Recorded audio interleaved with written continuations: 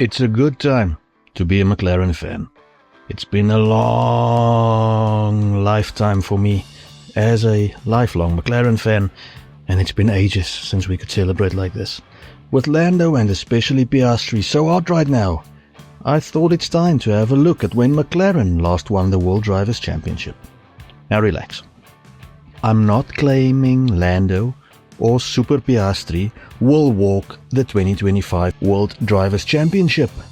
But as the previously mentioned long-suffering McLaren fan that I am, who've had to live through those F2-powered Alonso cars,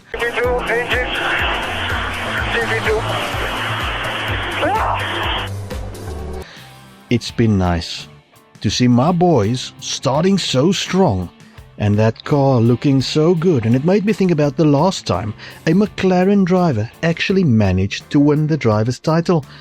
McLaren are of course Formula One royalty. Second most successful team after Ferrari. 192 race wins after Bahrain in 2025. 12 World Drivers' Championships. 9 Constructors' Championships. That is a pedigree that Toto would be proud of. That is something Horner wishes he can achieve. The second oldest active team in the sport, having raced for the first time at Monaco in 1966. Isn't that the year England actually won the World Cup in football? And McLaren are also the team where legends like Lauda, Hunt, Prost, Senna, Raikkonen and Hamilton won the title. And it's Hamilton who draws the attention of this video, because the statistical GOAT won the first of his 7 titles at McLaren. And unfortunately, so far, that's also been the most recent time a McLaren driver won the World Drivers' title, back in 2008.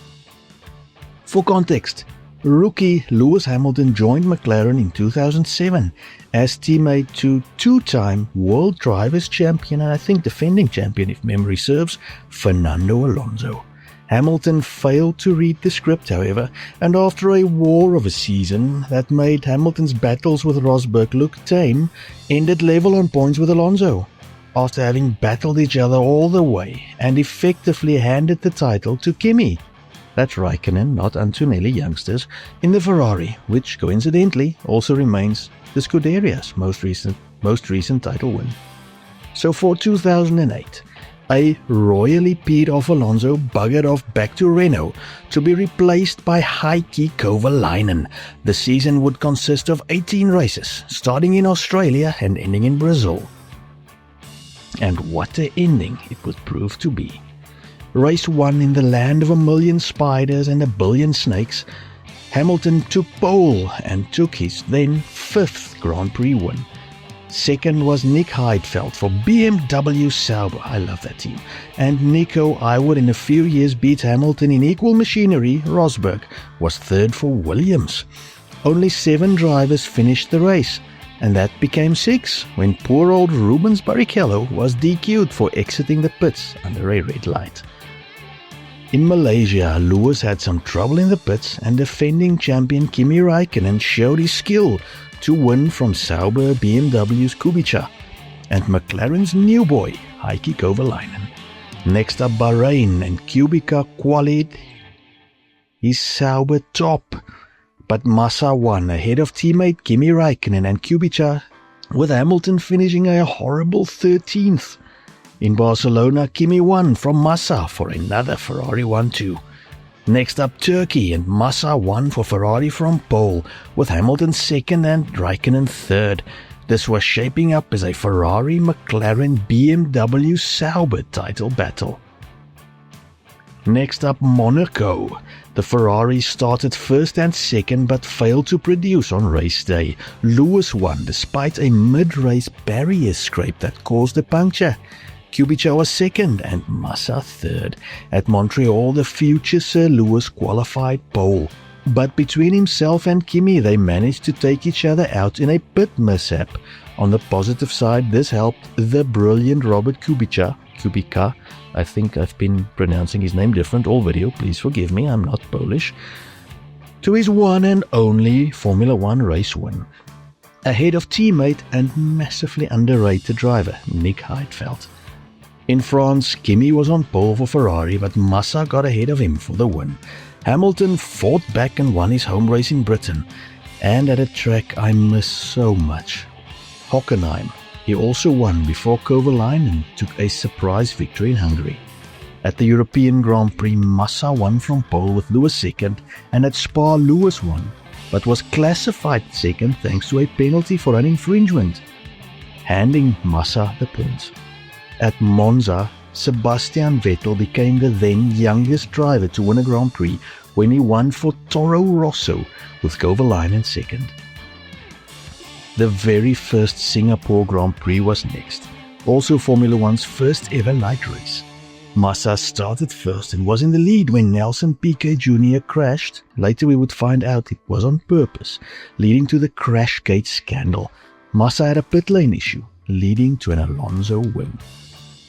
Alonso again won in Japan ahead of Kubica, and Lewis won in Shanghai, meaning the title showdown would be at the final race of the season at Massa's home race in Brazil.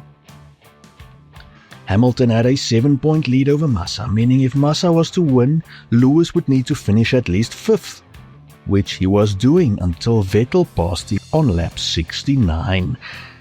As Massa won to seemingly take the title, Hamilton passed Glock, who was struggling on dry tyres, and finished 5th to take the title by 1 point from the celebrating Massa. But Hamilton came across a struggling, slick-shod Toyota of Timo Glock with just meters remaining.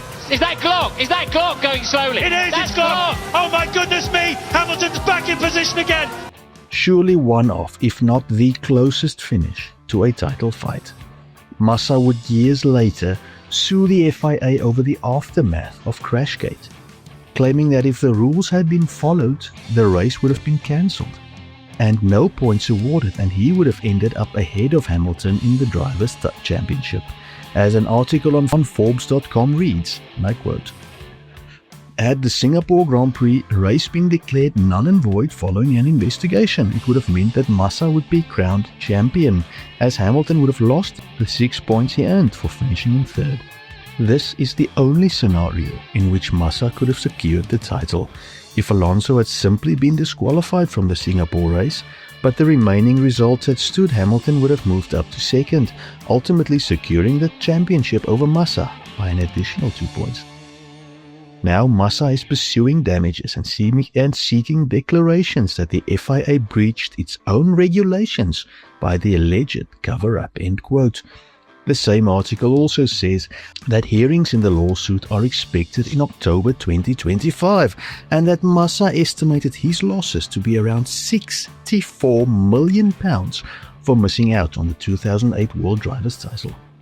And on that bombshell, as one of my personal TV heroes, Jeremy Clarkson, used to say, we've reached the end of this episode. Hope you enjoyed it. Please consider smashing that sub button, liking the video, and keep those eyes peeled for fresh content weekly. God bless and goodbye.